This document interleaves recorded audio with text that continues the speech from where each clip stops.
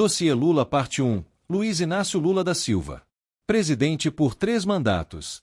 Por trás da história do operário que venceu, existe uma máquina de poder baseada em corrupção, aparelhamento e blindagem. Lula não combateu o sistema. Ele se tornou o sistema.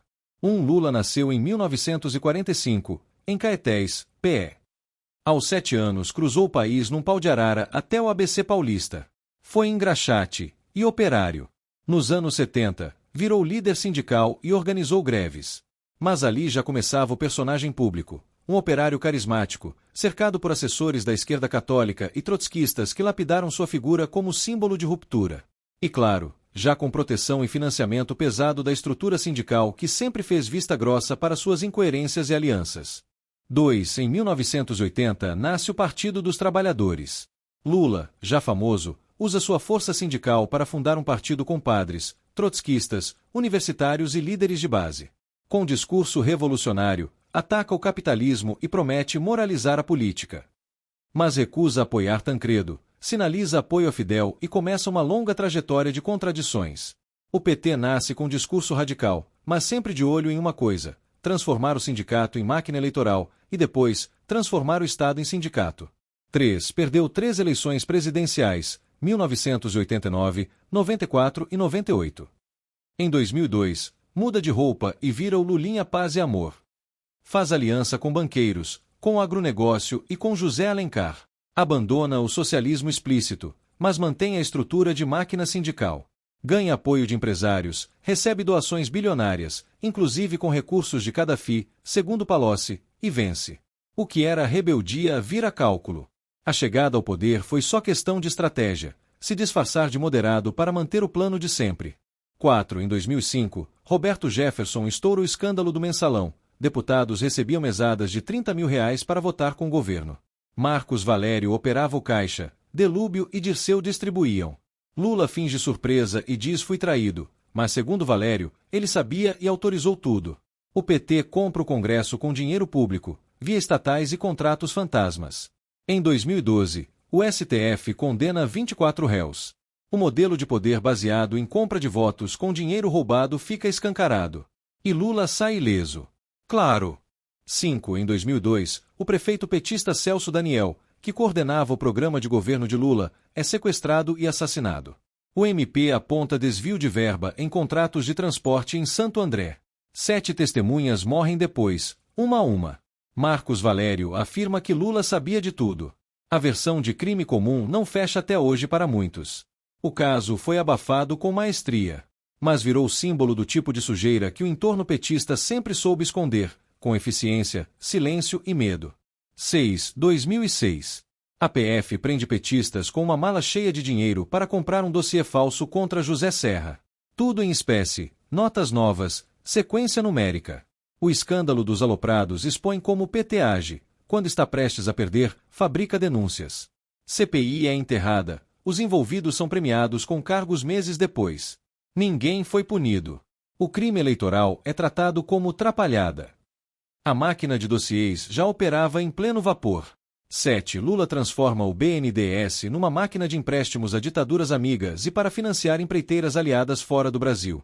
Empréstimos para Cuba, Angola, Venezuela e outros regimes totalitários. As obras rendem propinas ao PT, segundo Palocci, com retorno de até 1% por contrato. Enquanto faltava verba para infraestrutura no Brasil, o dinheiro escorria para fora, em troca de consultorias e caixas paralelos. Era o projeto de poder, financiado com nosso dinheiro, aplicado fora do país. 8. Sob Lula, a Petrobras foi loteada para PMDB, PT e PP. Cada partido comandava uma diretoria. Cerveró, Paulo Roberto Costa e outros executivos recebiam propina em troca de contratos bilionários. A compra da refinaria de Pasadena, por exemplo, causou prejuízo de R$ 792 milhões. As delações da Lava Jato revelaram planilhas com codinomes como Brahma e Amigo. Lula dizia que era inimputável, enquanto a estatal sangrava. E o rombo foi direto para o bolso do contribuinte e da gasolina. 9. Em 2017, Lula foi condenado por corrupção e lavagem de dinheiro. A OAS reformou e reservou um triplex para ele, como pagamento de favores políticos. O apartamento passou por reformas pagas por empreiteiras. A defesa negava que fosse dele, mas a chave foi entregue à família, e a PF encontrou documentos e mensagens que confirmavam o uso exclusivo. A condenação foi confirmada em 3 instâncias. Só depois o STF anulou, não por inocência, mas por tecnicalidade. 10. Outro imóvel usado pela família Lula, com obras feitas pela Odebrecht e OAS, com reformas de R$1 milhão. A delação de Marcelo Odebrecht chamava o esquema de projeto italiano. A propriedade era usada pela família, mas registrada em nome de amigos. A justiça entendeu que era vantagem indevida. A segunda condenação veio em 2019, mas depois foi anulada sob o argumento de competência de foro. 11. Criado para debater políticas públicas, o Instituto Lula virou cofre de propinas disfarçadas de palestras e doações. Recebeu milhões de empresas investigadas na Lava Jato logo após concessões do governo. Entre 2011 e 2014, foram R$4 milhões da Odebrecht e OAS. Palestras de até R$700 mil foram bancadas por quem tinha interesse direto em obras públicas. O Instituto virou ponto de encontro entre interesse privado e projeto de poder, com contrato e recibo. 12. Rosemary Noronha chefiava o gabinete da presidência em SP. Era chamada de amiga pessoal de Lula. Em 2012, a PF descobre que ela vendia influência em agências reguladoras, assinava pareceres técnicos e intermediava interesses privados. Foram 24 denunciados por corrupção e tráfico de influência. E o presidente nunca foi questionado a fundo sobre sua relação com ela. Mais um escândalo abafado. Mais um rastro de poder e favores. 13. A delação de Joesley Batista revelou que a JBS mantinha US$150 milhões em contas fora do Brasil para uso de Lula e Dilma. O dinheiro vinha de empréstimos generosos do BNDES, liberados com apoio direto do Planalto. Era o modelo de financiamento de campanha PT. Banco Público empresta, empresa doa para o partido e, em troca, recebe contratos superfaturados e blindagem judicial. 14. A MP 471-2009 prorrogou incentivos a montadoras, mas a Operação Zelotes revelou que lobistas pagaram R$6 milhões à empresa do filho de Lula em troca da aprovação. O benefício causou perda tributária de R$1,2 bilhões aos cofres públicos. Documentos internos falam em taxa amigo. Mais uma vez, Lula diz que não sabia. Mas o rastro de dinheiro sempre aponta para perto. 15. Em 2016, com Dilma já cambaleando, Lula foi nomeado chefe da Casa Civil. Um áudio da própria presidenta revela que a nomeação era para lhe garantir foro privilegiado. O STF barrou. O objetivo era claro: blindá-lo da Lava Jato. O plano não deu certo, mas mostrou o grau de manipulação institucional que o PT topava para salvar seu chefe máximo. 16. Em 2021, o ministro Edson Fachin anulou as condenações de Lula com base em incompetência territorial. Logo depois, a segunda turma do STF declarou a suspeição de Moro. Lula recuperou os direitos políticos.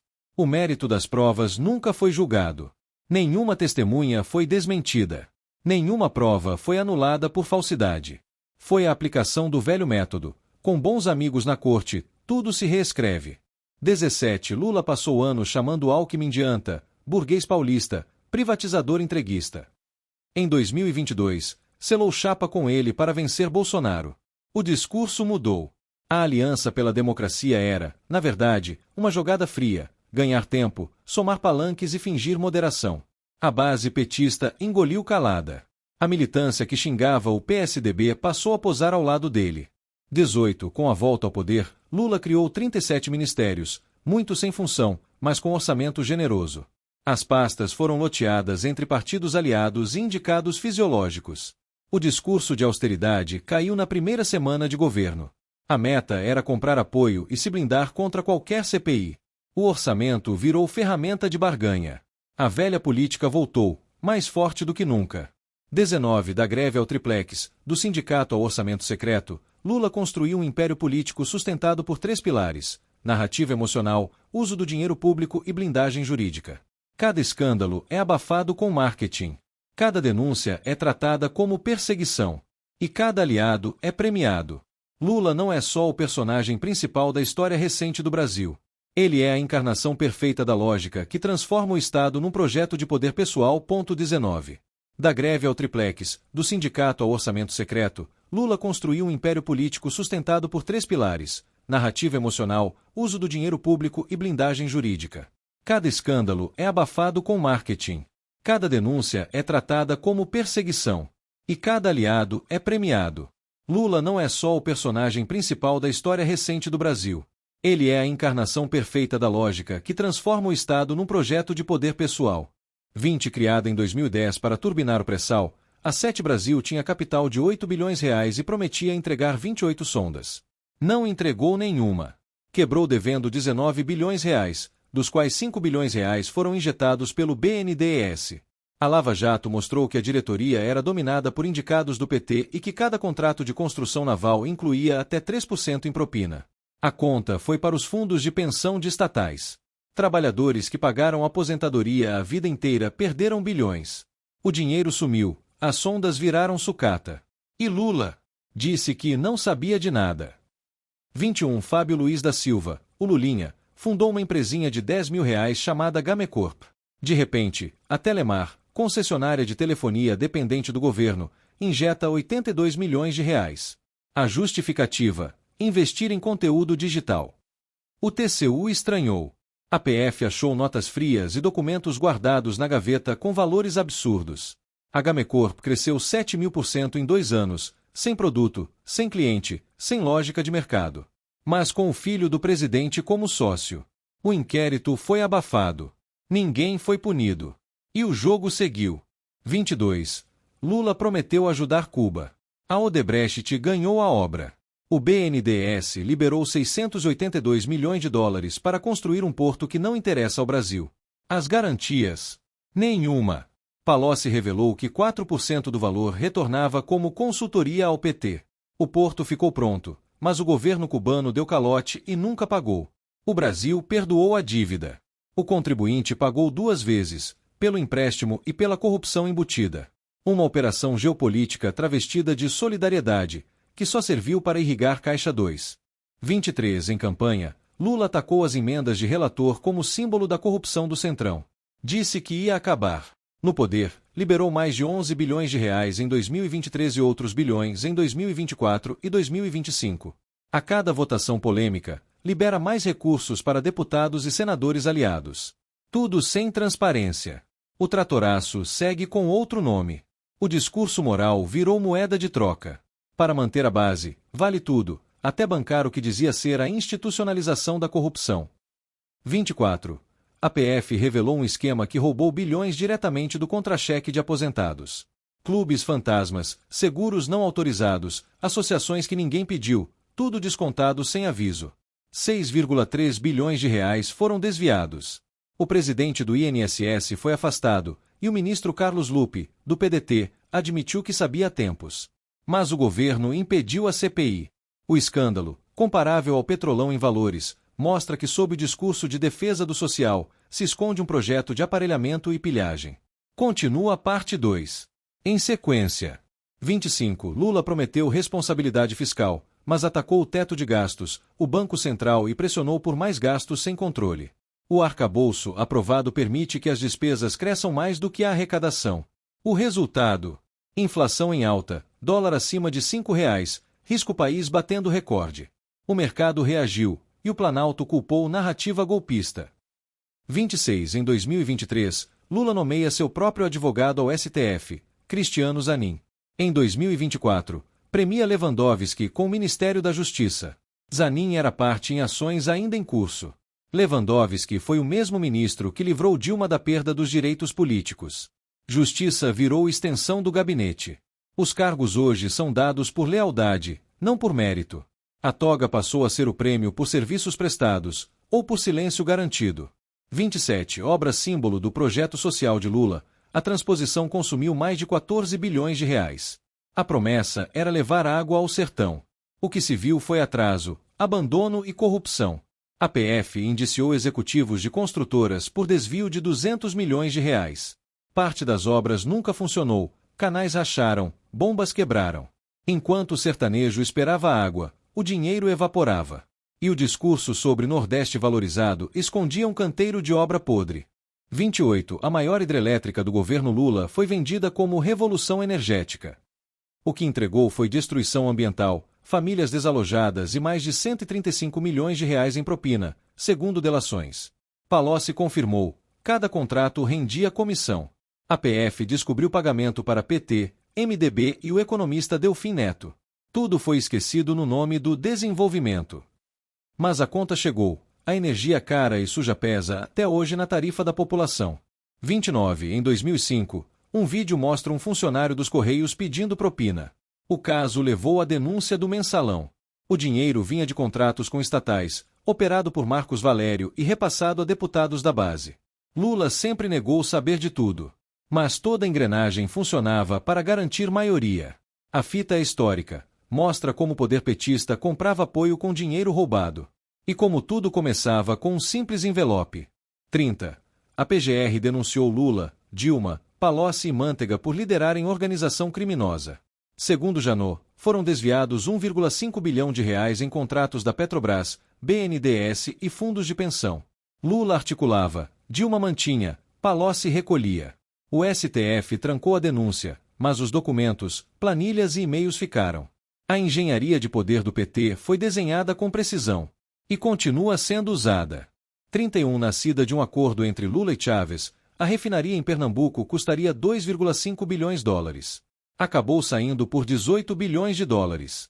A PDVSA não investiu nada. O TCU apontou desvio de mais de 600 milhões de dólares. A refinaria opera abaixo da capacidade e dá prejuízo desde o primeiro dia.